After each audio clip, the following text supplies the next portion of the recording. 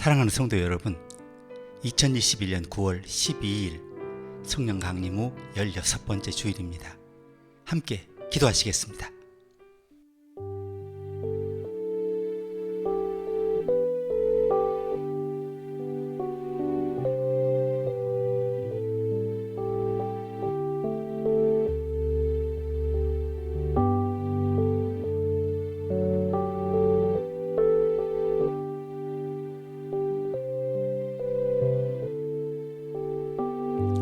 은혜의 하나님, 우리가 가진 모든 것을 가지고 이곳에 왔습니다. 우리의 몸, 영혼, 마음 모두가 당신을 경배하기 위해 이 자리에 섰습니다.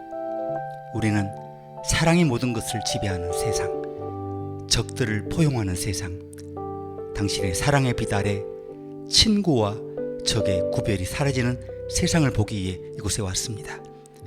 이 예배를 통해서 하늘의 뜻이 땅에서도 이루어지도록 우리 모두를 축복하여 주시옵소서. 예수님의 이름으로 기도합니다. 아멘. 다 함께 찬송하시겠습니다.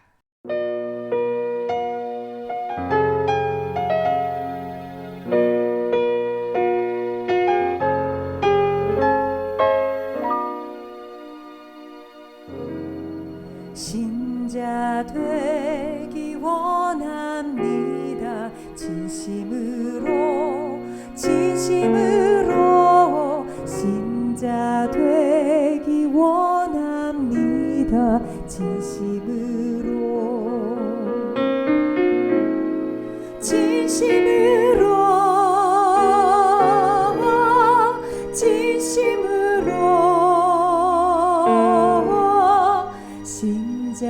되기 원합니다. 진심으로 사랑하기 원합니다. 진심으로 사랑하기 원합니다.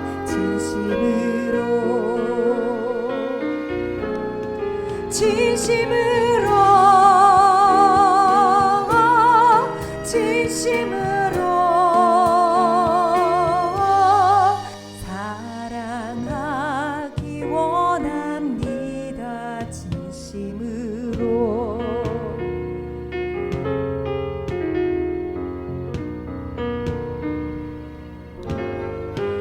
예수 닮기 원합니다. 진심으로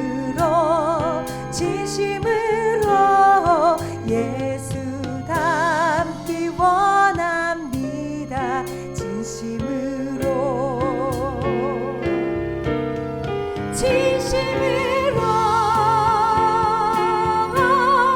진심으로 예수 닮기 원합니다. 진심으로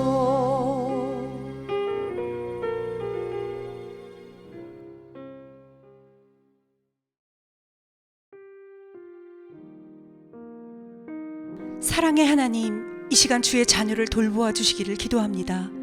특별히 길고도 지친 나날 가운데 돌아갈 집이 없는 사람들을 불쌍히 여겨주십시오. 그동안 겪은 모든 피해로부터 그들을 보호하시며 절망 가운데 그들을 일으켜 주십시오. 축복을 나누려는 사람들의 마음과 눈을 열어주십시오. 아무도 집이 없어서 더 이상 공원 벤치에 밤새 누울 필요가 없게 해주십시오. 어떤 여성도 집이 없어서 자녀를 종일 차 뒷좌석에 태울 필요가 없게 해주십시오. 어떤 어린이도 어디가 더 안전하냐고 궁금해할 필요가 없게 해주십시오. 이 세상에 방황하는 모든 사람들과 도움이 필요한 모든 사람들이 그들의 안식처와 평화를 찾을 수 있도록 도와주십시오. 집을 나간 자녀가 마침내 집에 돌아올 때까지 매일 밤 깊이 잠들 수 없었던 아버지의 마음을 그들이 알게 해주십시오. 아버지, 당신의 자녀들을 먹이고 입히는 것이 예수님을 먹이고 입히는 것임을 알아 이 세상을 변화시키기 위해 노력하는 그 모든 사람들을 축복하여 주십시오. 우리 한 사람 한 사람을 위해 십자가를 지신 예수님의 이름으로 기도합니다. 아멘.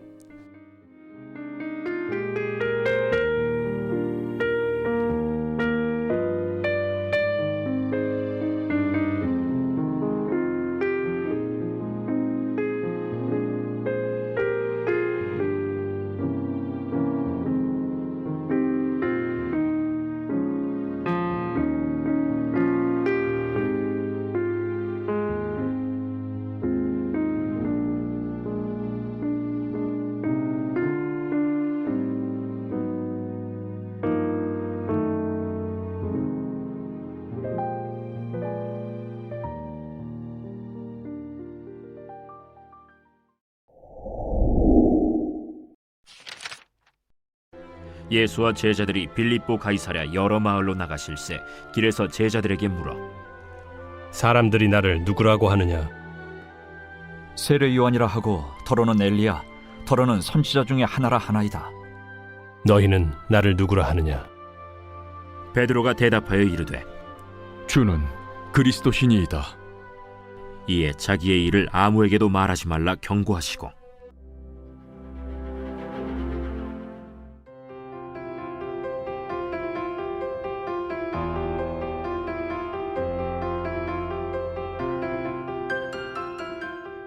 한 유대인 아버지가 학교에서 돌아온 아들에게 학교의 모든 질문에 잘 대답했느냐 이렇게 묻는 대신에 올바른 질문을 했느냐고 물었습니다.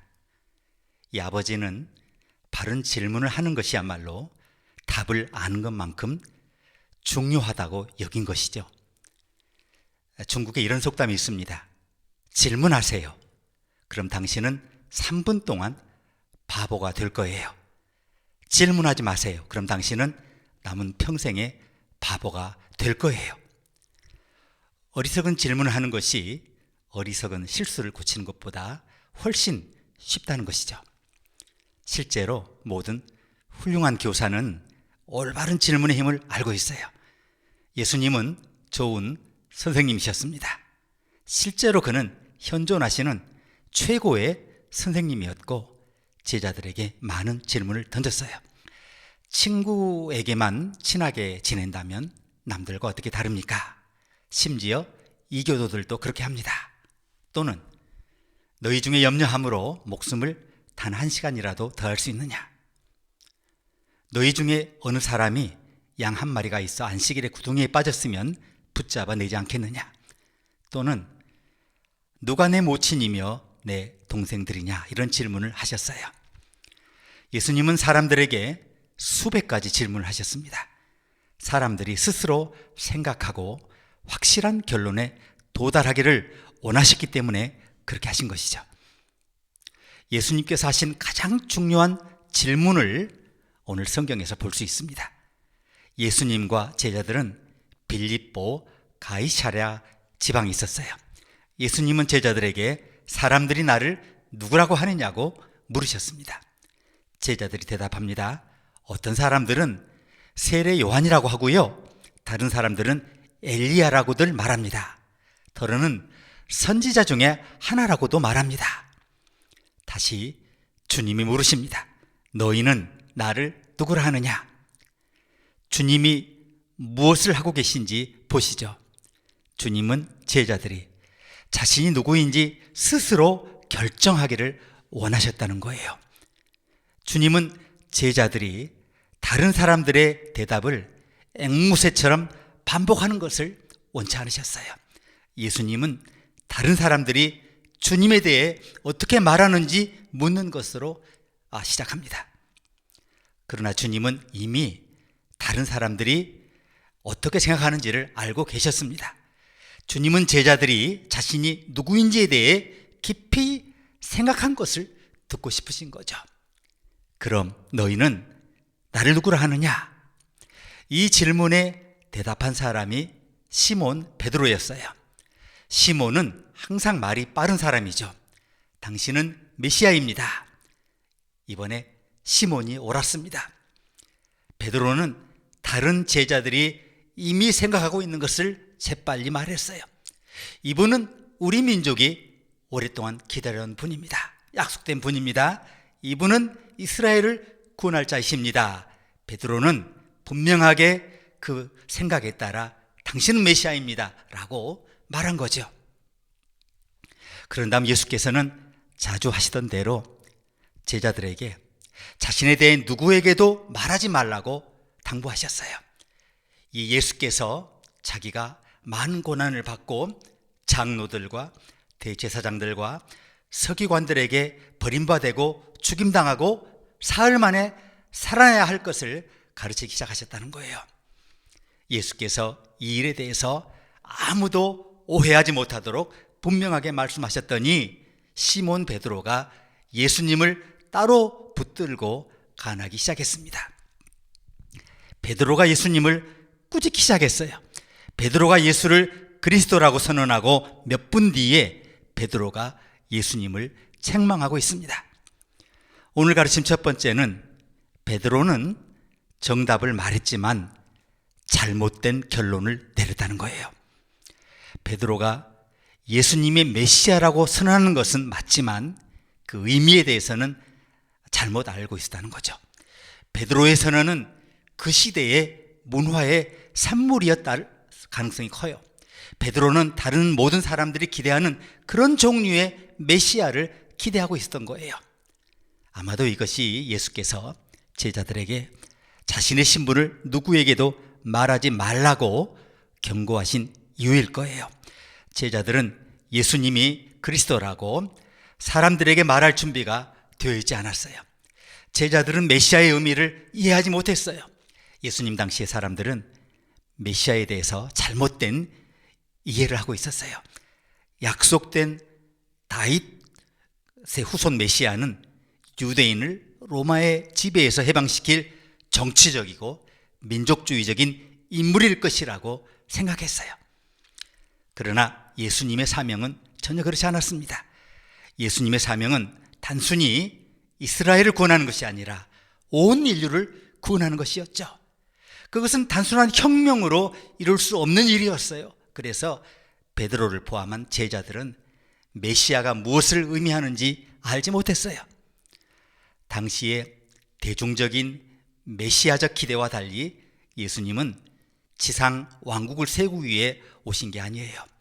오히려 인자는 많은 고난을 받고 버림받고 죽임당하고 사흘 만에 살아나야 할 것이라고 말씀하셨어요. 제자들에게 이것은 전혀 예상치 못한 새로운 하나님의 계획, 새로운 패러다임이었죠. 예수님은 자신의 고난과 죽음이 반드시 일어나야 한다는 점을 강조하셨어요. 예수님은 자신이 분명히 죽어야 하고 또 부활하실 것을 말씀하셨어요. 베드로는 그제서야 예수님의 말을 이해하기 시작했다는 거예요.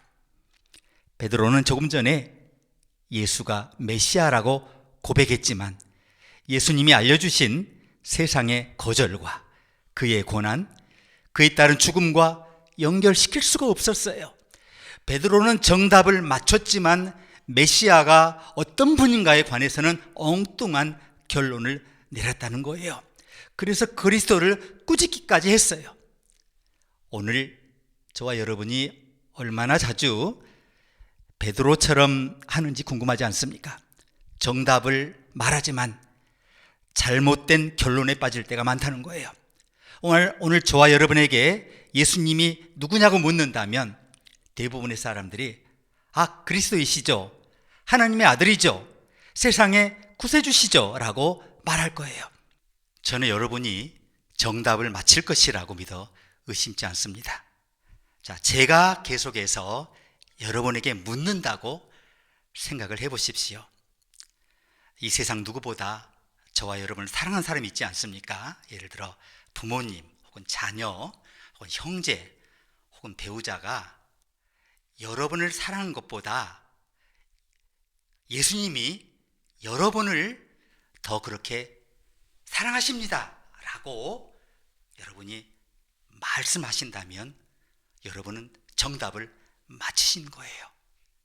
하지만 이 정답을 맞췄다고 바른 결론에 도달할 수 있느냐, 이게 문제라는 거예요. 예를 들어 예수님이 아니고 제가 예수님이 지상에 누구보다 여러분을 사랑한다고 제가 이렇게 가르쳐 드린다면 그것이 여러분에게 무슨 의미가 될까요? 저의 말이, 예수님의 말이 아니고 저의 말이 하나님께서 여러분과 여러분이 사랑하는 사람들 주위에 보이지 않는 방패를 두시고 그 나쁜 일이 일어나지 않도록 한다는 것을 정말 의미하는 것일까요? 물론 많은 분들이 저희 말에 동의하시겠지만 실제로 그 같은 일이 일어나지 않는다는 게 문제일 거예요. 제가 말은 하지만 저의 말이 효력이 없다는 거예요. 유명한 목사인 빌 하이벨스는 뇌 손상을 입은 딸을 가진 한 친구에 대해 이야기를 했어요. 고난당한 자녀 앞에서 하이벨스의 친구가 뭘 했을 것 같아요? 하이벨스의 친구가 슬픔을 극복하기 위해 할 수 있었던 유일한 것은 고난을 끌어안는 것이었어요. 그 친구 가족은 고난 앞에서 울고 또 울면서 슬픔의 진실과 정면으로 마주했다는 거예요. 우리 가운데서도 그런 슬픔을 겪었던 분들이 계실 거예요. 여러분은 고난에 정면으로 맞설 수 있었습니까? 그것이 여러분의 믿음에 어떤 영향을 미쳤습니까? 그것이 여러분을 하나님에게서 정말 멀어지게 했습니까? 아니면 끔찍한 비극 속에서도 여러분을 향한 하나님의 사랑을 붙잡을 수 있도록 했습니까? 그러기 위해서는 성숙한 믿음이 필요해요. 우리는 지상의 어떤 사람보다 하나님께서 우리를 더 사랑하신다는 걸 알아요. 그것이 무엇을 의미합니까? 그것은 하나님께서 우리가 사랑하는 사람들 주위에 보이지 않는 보호막을 두시고 나쁜 것이 공격할 수 없도록 한다는 것을 의미하는 거예요. 실제로 우리는 큰 비극 속에서 하나님의 사랑에 대해 배웠어요. 비극이야말로 정말 위대한 스승이라는 거예요. 심리학자인 제임스 dobson은 위대한 천체 물리학자 스티븐 호킹에 대해서 흥미로운 이야기를 했어요. 호킹 박사는 지구상에서 가장 똑똑한 사람으로 불렸죠. 알버트 아인슈타인 이후 그 어떤 사람보다 그 일반 상대성 이론을 더 발전시킨 사람이 그였어요. 불행히도 호킹은 그 루게릭 병을 앓았는데요. 마침내 그것 때문에 이제 죽기까지 했죠. 그러나 호킹은 그 누구보다 오래 살았어요. 그는 한때 휠체어에 몇 년 동안 앉은 채로 갇혀 있었어요. 말조차 할 수 없었던 호킹은 손가락 끝에 가장 작은 움직임으로 작동하는 컴퓨터를 통해 의사소통을 했어요. 호킹은 이 병에 걸리기 전에는 삶에 대해서, 인생에 대해서 정말 관심이 없었다고 해요. 그는 자신의 삶을 순전한 지루함에서 비롯된 무의미한 존재라고 그렇게 얘기를 했어요. 그래서 그는 술을 정말 많이 마셨고 일도 거의 하지 않았어요. 그런데 이 ALS 증후군을 발견했고 자기가 2년 이상 살 수 없다는 것을 알게 되고 난 후 초기에는 충격적이었지만 나중에는 정말 자신의 삶에 대해서 긍정적으로 생각하게 된 거예요. 호킹은 고난을 겪은 후가 그 전보다 더 행복했다라고 주장을 했습니다. 그의 말을 어떻게 이해하면 좋을까요? 호킹이 정답을 가르쳐 주었어요. 호킹은 이렇게 말하죠. 기대가 0으로 줄었을 때 자신이 가진 모든 것에 대해 진정으로 감사하게 되었다라고 말합니다. 달리 말하면 삶의 만족은 사람이 삶에서 기대하는 바에 따라 결정된다는 거예요. 곧 죽을 것이라고 생각했던 호킹 같은 사람에게는 일출, 해 뜨는 것, 공원 산책, 아이들의 웃음 등 모든 것이 의미가 새롭게 다가왔어요. 갑자기 작은 즐거움 하나하나가 소중하게 되었어요. 이와는 대조적으로 삶이, 인생이 무임승차라고 믿는 사람들은 종종 최고의 선물을 받았음에도 얼마나 큰 불만을 갖고 있는지 몰라요. 오늘 보신 대로 우리가 신앙에 관해서 정답을 말하기는 정말 쉬워요. 그렇지만 너무나 쉽게 잘못된 결론에 빠진다는 거예요. 자신이 하나님의 자녀라고 말하면서 스스로 결론을 내리는 사람들에게 미래는 장밋빛이에요. 그러나 미래가 완전히 장밋빛인 사람들이 종종 세상에서 가장 비참한 사람일 때가 많다는 거예요. 모든 것을 가진 것처럼 보이지만 결국 더 많은 것을 위해 끝없이 추구하다가 자신의 삶을 파괴하는 정말 많은 헐리우드 스타들의 삶을 생각해 보십시오. 여기 대조적으로 세상의 쾌락을 거의 누릴 수 없게 되었지만 자신이 가진 작은 것에 감사한 스티븐 호킹의 모습을 생각해 보십시오. 예수님이 메시아라고 선포한 베드로는 예수님께서 고난을 받고 죽어야 한다고 말씀하시자 즉시 그를 꾸짖어요. 베드로는 정답을 맞췄지만 잘못된 결론에 도달했어요. 저와 여러분도 그럴 수 있다는 거예요. 예수님은 메시아이십니다. 그는 하나님의 아들이십니다. 예수님은 다른 누구보다 여러분과 저를 더 사랑하십니다. 시련의 시간을 겪을 때 주님을 신뢰하세요. 고난의 시간을 겪을 때 주님을 신뢰하세요. 죽음의 문 앞에 서거나 사랑하는 사람이 그 문 앞에 설 때도 주님을 신뢰하십시오. 예수님은 살아계신 하나님의 아들 메시아이십니다. 그 참된 의미가 언젠가 드러날 거예요. 지금 우리는 유래를 통해 희미하게 보고 있어요. 고린도전서 13장 10절에 이렇게 써 있지 않습니까? 우리가 이제는 거울로 보는 것 같이 희미하나 그때는 얼굴과 얼굴을 대하여 볼 것이요 이제는 내가 부분적으로 아나 그때에는 주께서 나를 아신 것 같이 내가 온전히 알리라. 그때까지 우리가 할 수 있는 일은 그분을 전적으로 신뢰하는 것입니다. 예수님은 주님을 신뢰하는 저와 여러분을 통해서 세상을 보시고 통치하실 것입니다. 함께 통성으로 기도하시겠습니다.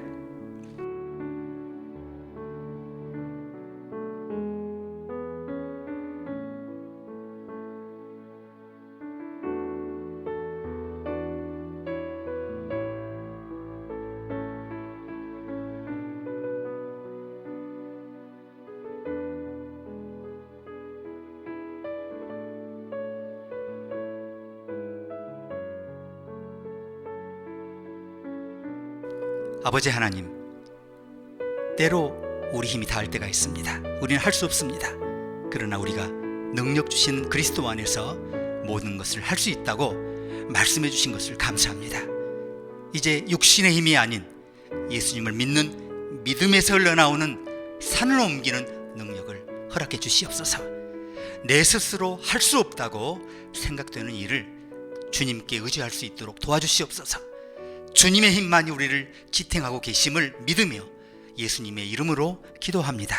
아멘. 함께 찬양하시겠습니다.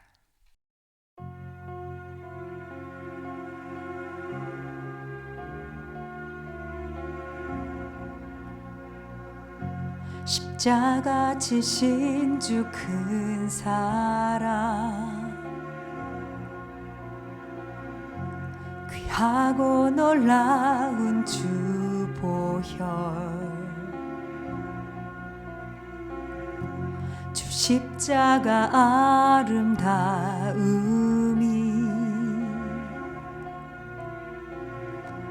내 수치와 아픔을 덮네.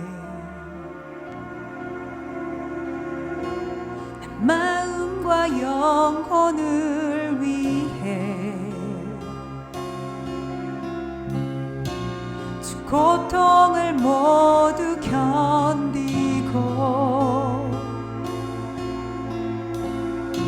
죽음 넘어 기쁨 보셨네. 놀랍고 영광스런 못 박힌 손 그 상처로 죄의 사슬 끊어졌네. 나 자유해 주 은혜로.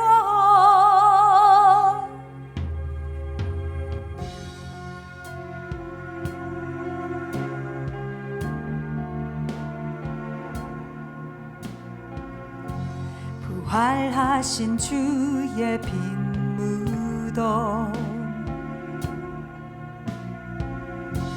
그 안에 소망 위대하네. 죽기까지 복종하신 주 죽음을 넘어선 그 약속 주 날 위해 죽으심으로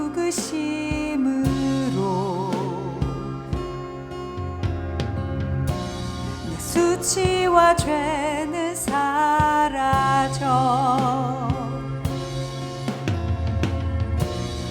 사랑 날 자유케 했네. 놀랍고 영광스런 못 박힌 손, 그 상처로 죄의 사슬 끊어졌네. 나 자유해 주 은혜로. 십자가 볼 때 나 자유해, 빈 무덤 볼 때 주 만나리, 새 생명 얻은 나 주 찬양해. 놀라운 은혜 속에 십자가 볼 때 나 자유해, 빈 무덤 볼 때 주 만나리, 새 생명 얻은 나 주 찬양해.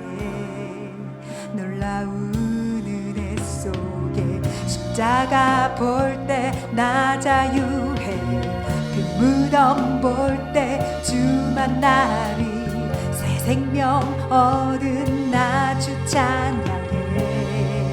놀라운 은혜 속에 십자가 볼 때 나 자유해, 빈 무덤 볼 때 주 만나리, 새 생명 얻은 나 주 찬양해. 놀라운 은혜 속에 내 영혼이 찬양해. 놀라운 은혜 속에 내 영혼이 찬양해. How wonderful, how glorious, my Savior's scars victorious. My chains are gone, my debt is paid. From death to life and grace to grace. 다 함께 기도하시겠습니다. 사랑의 주님, 우리 눈을 열어 당신께서 우리 평생 동안 베푸신 풍성한 공급을 깨닫게 하시니 감사합니다. 평생에 걸쳐 우리에게 베푸신 물질적, 재정적 축복에 감사합니다. 어려운 시간에도 계속해서 우리의 필요를 풍성히 공급하시는 주님을 신뢰하게 해주십시오. 베푸신 모든 것을 잘 관리하게 하시며 맡겨주신 은사와 재능과 재정을 통해서 당신의 영광을 위해 잘 사용하도록 축복하여 주십시오. 이제 우리 주 예수 그리스도의 은혜와 하나님의 사랑과 성령님의 사귐이 이제부터 영원히 여러분과 함께 하시기를 축원합니다. 아멘.